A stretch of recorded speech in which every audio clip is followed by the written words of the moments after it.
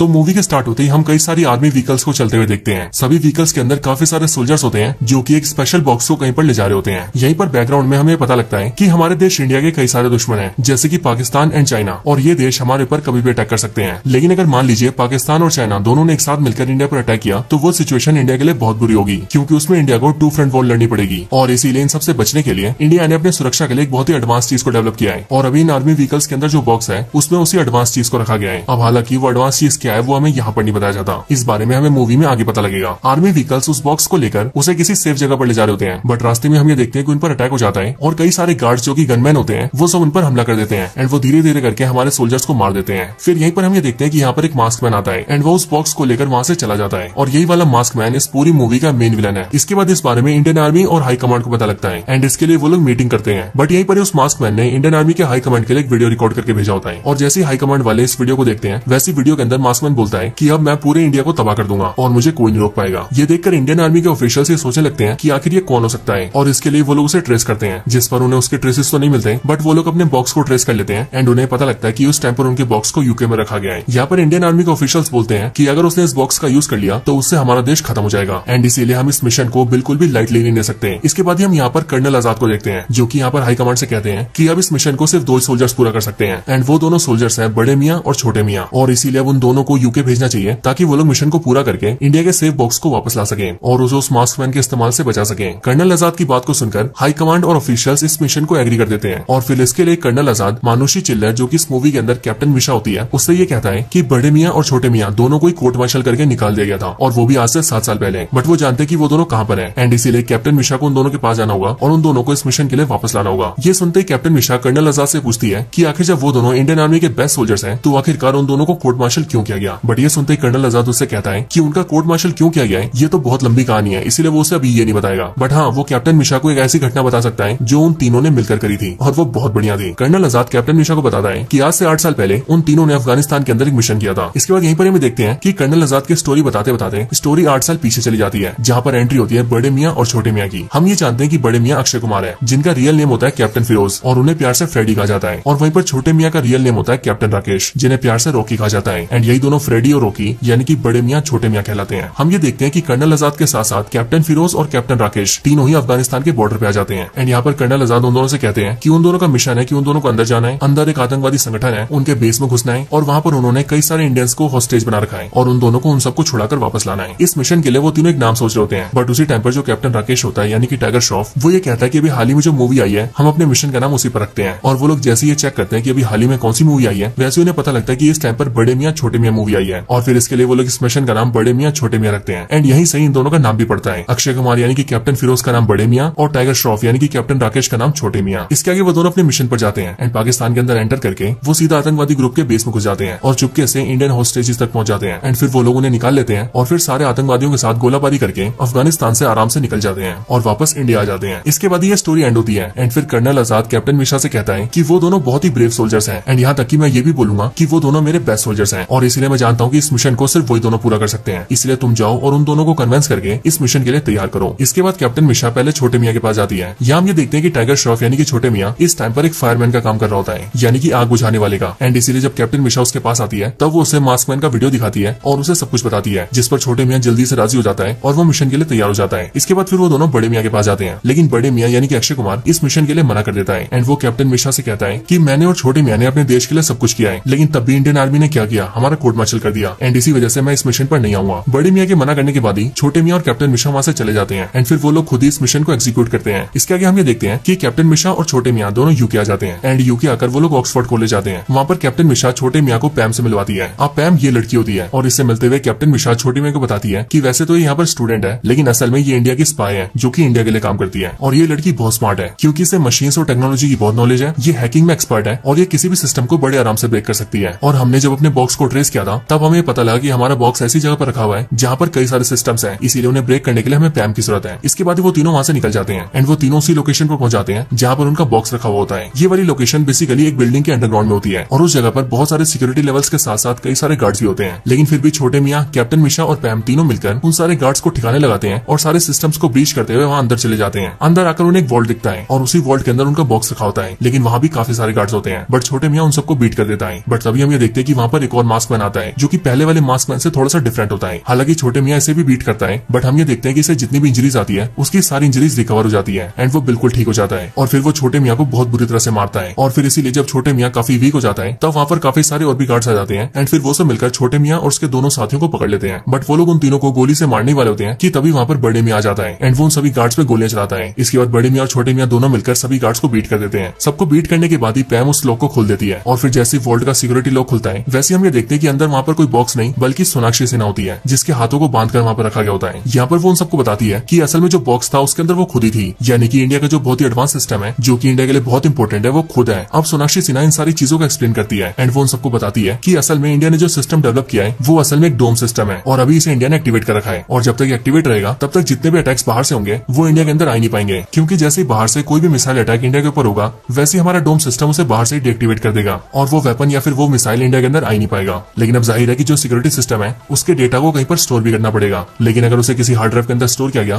तो वो किसी द्वारा हैक भी किया जा सकता है। एंड इसीलिए इंडियन आर्मी और हाई कमांड ने यह फैसला लिया था कि वो लोग डोम के डेटा को सोनाक्षी सिन्हा के दिमाग में इनक्रिप्ट करेंगे ताकि जब भी जरूरत हो तो सोनाक्षी सिन्हा के दिमाग से कनेक्ट करके वो सभी डोम के डेटा को इनक्रिप्ट और डिक्रिप्ट कर सके। एंड इसी डोम का नाम दिया गया था करण कवच, जो कि इंडिया को हर बाहरी खतरे से बचाता। और इस करण कवच के डेटा को सोनाक्षी सिन्हा के दिमाग में इसलिए डाला गया क्योंकि वो भी इंडियन आर्मी की सोल्जर थी। लेकिन यहाँ पर हम ये देखते हैं कि जब बड़े मियाँ इन सारी बातों को सुनता है तब उसे इन बातों पर शक होता है एंड वो छोटे मियाँ और बाकियों से कहता है कि अगर मास्क मैन को करण कवच का डेटा ही चाहिए था तो वो सिंपली सोनाक्षी सिन्हा के दिमाग से उसे निकाल सकता था और अब तक तो उसे निकालकर सोनाक्षी को मार भी देना चाहिए था। लेकिन उसने ऐसा कुछ भी नहीं किया और बल्कि ऐसा करने की बजाय उसने सोनाक्षी को उस वॉल्ट के अंदर कैद करके रखा और देखने से तो ऐसा लग रहा है कि वो हमारे आने का इंतजार कर रहा था। यहाँ पर ये लोग ये बातें कर ही होते हैं कि तभी उन पर एक सडन अटैक होता है एंड तभी हम ये देखते हैं कि वो मास्क मैन यानी कि वही बंदा जिसने सोनाक्षी को उठाया था वो यहाँ पर अपनी टीम के साथ आता है और वो बड़े मियाँ, छोटे मियाँ और बाकी सबको लेकर कैप्चर कर लेता है और उन सबको अपनी जगह पर ले जाता है। यहाँ पर वो उन सभी को चेन से बांध देता है एंड फिर इसके बाद ही वो बड़े मियाँ और छोटे मियाँ के सामने आता है और अपने मास्क को हटाता है। एंड देन फिर बड़े मियाँ और छोटे मियाँ जानते हैं कि वो पर्सन और कोई नहीं बल्कि कबीर है, जो कि उनका पहले दोस्त हुआ करता था। और यहाँ पर मास्क मैन यानी कि कबीर बड़े मियाँ और छोटे मियाँ से कहता है कि ये सब उसने उन दोनों से बदला लेने के लिए किया है। यहाँ पर इन दोनों से थोड़ी बातें करने के बाद ही मास्क मैन यानी कि कबीर डॉक्टर मिश्रा से कहता है कि मैं जानता हूँ कि तुम्हें यहाँ पर कुछ भी समझ नहीं आ रहा होगा और तुम ये सोच रही होगी कि आखिर ये सब चल क्या रहा है। और फिर इसीलिए कबीर डॉक्टर मिश्रा को सबको समझाता है। अब स्टोरी आज से 7 साल पीछे जाती है, जहाँ पर हम ये देखते हैं कि बड़े मियाँ, छोटे मियाँ और कबीर तीनों ही दोस्त होते हैं। जहाँ पर बड़े मियाँ और छोटे मियाँ तो सोल्जर्स होते हैं, लेकिन जो कबीर होता है वो एक बहुत ही बड़ा बिजनेसमैन होता है जो कि यूके से अपने बिजनेस को ऑपरेट करता है और वो बेसिकली इंडियन आर्मी के लिए वेपन्स बनाता है। यहाँ पर हम ये देखते हैं कि कबीर इंडिया में आता है एंड वो यहाँ पर आकर सबसे मिलता है और इंडियन आर्मी और हाई कमांड के साथ मीटिंग करता है और फिर यहाँ पर ही वो अपने एक बड़े प्रोजेक्ट को रिवील करता है। इस मीटिंग के अंदर बड़े मियाँ, छोटे मियाँ, कर्नल आजाद, आर्मी जनरल और हाई कमांड के काफी मेंबर्स होते हैं। एंड इसी मीटिंग के अंदर कबीर ये खुलासा करता है कि वो 15 सालों से एक प्रोजेक्ट के ऊपर काम कर रहा था और उस प्रोजेक्ट का नाम है सोल्जर एक्स। और इसी सोल्जर एक्स को एक्सप्लेन करते हुए वो सबसे कहता है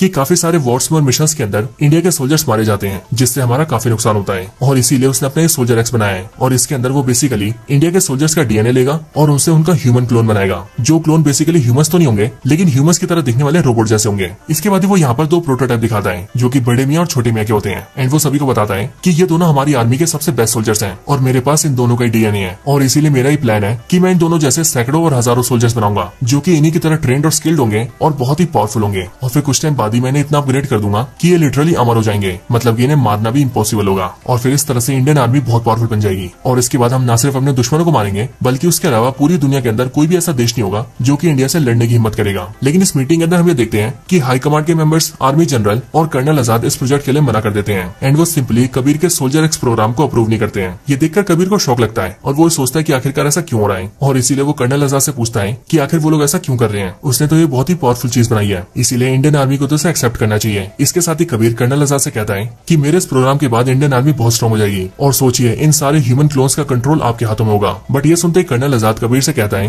कि यही तो सबसे बड़ी प्रॉब्लम है, क्योंकि मान लो अगर कंट्रोल मेरे हाथ में होता है और मैं ही गद्दार निकल जाता हूँ तो तब तो इंडिया देश ही खत्म हो जाएगा। इसके अलावा तुम्हारे बनाए हुए ह्यूमन क्लोन्स की वजह से देश के अंदर तख्ता पलट भी हो सकता है और पूरी कंट्री में मिलिट्री रूल आ सकता है, क्योंकि एज ऑफ कोर्स मिलिट्री के पास इतनी सारी पावर्स होना बिल्कुल भी ठीक नहीं है। और इन सबके भी ऊपर इंडियन सोल्जर्स पूरी दुनिया से अलग है और इंडियन सोल्जर्स को जो चीज अलग बनाती है वो है हमारा जमीर, क्योंकि हमारे सोल्जर्स के अंदर इंसानियत है और इसीलिए हम दूसरे देश के सोल्जर्स को भी एक सोल्जर की तरह ट्रीट करते हैं। हम मरते हुए इंसान को भी पानी पिलाते हैं। लेकिन तुम्हारे सोल्जर एक्स के अंदर जितने भी क्लोन्स बनेंगे वो तो इंसान ही नहीं होंगे, इसीलिए उनके अंदर कोई जमीर, कोई सिद्धांत नहीं होंगे और इसीलिए ये चीज ना तो हमारे देश के लिए ठीक है और ना ही ह्यूमैनिटी के लिए। इसीलिए तुम इस प्रोजेक्ट को बंद कर दो और कल तक इसकी रिपोर्ट हमारे सामने रखो और अगर तुमने इसे बंद नहीं किया तो हम स्ट्रिक्टली इसे बंद करवा देंगे और सब चीजों को सीज कर लेंगे। ये सुनकर कबीर को बहुत गुस्सा आता है और इसीलिए वो कर्नल आजाद के ऊपर अटैक करने की कोशिश करता है। बट ये देखते ही बड़े मियाँ और छोटे मियाँ उसे पकड़ लेते हैं और उसे नीचे पटक देते हैं एंड फिर उसे वार्निंग देकर छोड़ देते हैं। इसके आगे कर्नल आजाद उससे एक बार फिर से कहते हैं कि वो कोई बेवकूफी ना करे और सीधा जाकर अपने प्रोजेक्ट को बंद कर दें। इसके बाद कबीर वहां से निकल जाता है और वो अपने रिसर्च लैब में आ जाता है। बट यहाँ पर हम ये देखते हैं कि वो प्रोजेक्ट को बंद करने की बजाय अपने सारे साइंटिस्ट से कहता है कि उसे प्रोजेक्ट आज के आज ही पूरा चाहिए और एक बार जैसे ही पूरा हो जाएगा वैसे इस बार वो इन सारे क्लोन्स को इंडिया के दुश्मनों को बेचेगा, जैसे की चाइना और पाकिस्तान जैसे देशों को, और फिर इंडिया को पता लगेगा कि आखिरकार उसने क्या बनाया था एंड देन सब उसकी वैल्यू करेंगे। बट हम ये देखते हैं कि यहाँ पर ये सारी बातें सोनाक्षी सिन्हा सुन लेती है और वो इन सारी बातों को रिकॉर्ड करके कर्नल आजाद और आर्मी जनरल को दिखा देती है एंड फिर इसीलिए वो दोनों बड़े मियाँ और छोटे मियाँ को बुलाते हैं और उन दोनों को कबीर को रोकने के लिए कहते हैं। लेकिन बड़े मियाँ और छोटे मियाँ को ये भी कहा जाता है कि कबीर को उन दोनों को जिंदा पकड़ना है। इसके बाद ही बड़े मियाँ छोटे मियाँ रिसर्च लैब पे हमला करते हैं, लेकिन उन पर भी अटैक होता है क्योंकि उन पर कबीर के सारे गार्ड्स अटैक करते हैं। बट वो दोनों उन सबको बीट करते हैं एंड फिर वो लोग कबीर को पकड़ लेते हैं। बट कबीर उन्हें मारने की कोशिश करता है, जिस पर बड़े मियाँ और छोटे मियाँ उसे अपनी बंदूकों से छल्ली करके मार देते हैं और फिर इस तरह से कबीर का सोल्जर एक्स प्रोग्राम रुक जाता है। बट अगले सीन में हम ये देखते हैं कि बड़े मियाँ और छोटे मियाँ दोनों का ही कोर्ट मार्शल कर दिया जाता है और वो इसीलिए क्योंकि इन दोनों को स्ट्रिक्ट ऑर्डर्स थे कि उन्हें कबीर को जिंदा पकड़ना है, लेकिन उन दोनों ने ऑर्डर्स की अवहेलना की है। इसके लिए कोर्ट मार्शल करके उन दोनों को आर्मी से निकाल दिया जाता है।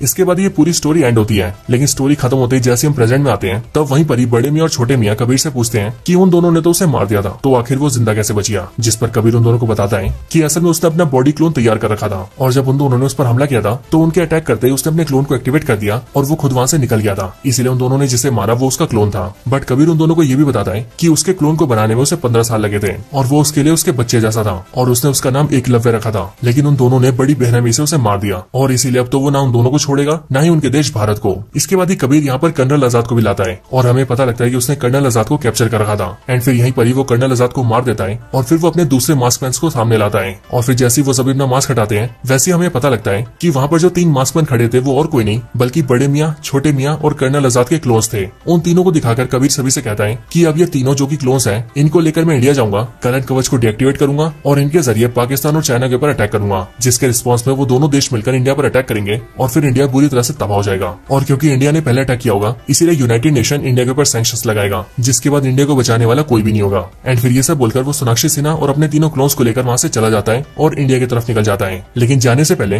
वो बाकी सारे लोगों के नीचे आग लगा देता है ताकि वो लोग जलकर मर जाएं। लेकिन हम ये देखते हैं कि बड़े मियाँ छोटे मियाँ खुद को चेन से निकाल लेते हैं और वो अपनी पूरी टीम को जलने से बचा लेते हैं। एंड फिर वो लोग जल्दी से इंडिया आते हैं और आर्मी जनरल और हाई कमांड के मेंबर्स को बताते हैं कि आखिर कबीर ने क्या क्या प्लान कर रखा है। इसके बाद कबीर को रोकने की सारी जिम्मेदारी बड़े मियाँ और छोटे मियाँ पर आती है, जिसके बाद बड़े मियाँ और छोटे मियाँ कैप्टन मिशा और पैम के साथ तैयार हो जाते हैं। बट तभी हम ये देखते हैं कि कबीर अपने तीनों क्लोन्स और सोनाक्षी को लेकर करण कवच के बेस पर अटैक कर देता है और क्योंकि इसी बेस से करण कवच को एक्टिवेट किया जा सकता था इसीलिए वो यहाँ पर आता है। यहाँ पर आते वो यहाँ के सारे सोल्जर्स को मारता है और सोनाक्षी को लेकर सीधा अंदर जाता है और उसके दिमाग को सिस्टम से कनेक्ट करके करण कवच को डीएक्टिवेट कर देता है। लेकिन इतने में ही बड़े मियाँ और छोटे मियाँ और बाकी टीम वहाँ पर पहुंचती है। बट यहाँ पर आते उनका सामना उनके क्लोन्स से होता है और फिर इसीलिए यहाँ पर काफी देर फाइट करने के बाद ही बड़े मियाँ और छोटे मियाँ उन तीनों क्लोन्स को जलाकर खत्म कर देते हैं। इसके बाद ही बड़े मियाँ और छोटे मियाँ अंदर आते हैं, बट अंदर आकर उन्हें पता लगता है कि कबीर ने करण कवच को हटा दिया है और इसीलिए वो मिसाइल अटैक भी लॉन्च कर देता है। एंड इसीलिए देखते ही देखते बहुत सारे मिसाइल्स अपनी पोजीशन से निकलकर पाकिस्तान और चाइना की तरफ निकल जाते हैं और उनकी काफी लोकेशंस पर अटैक करने जाते हैं। लेकिन फिर ये देखते ही बड़े मियाँ और छोटे मियाँ कबीर से फाइट करते हैं और काफी देर तक उससे लड़ने के बाद उसे मार देते हैं। एंड फिर वो सोनाक्षी को भी बचा लेते हैं और फिर वो लोग ये प्लान करते हैं कि अब मिसाइल्स तो लॉन्च हो चुकी है, इसीलिए अगर उन्हें मिसाइल्स को रोकना है और वॉर को रोकना है तो उन्हें करण कवच को फिर से एक्टिवेट करना होगा,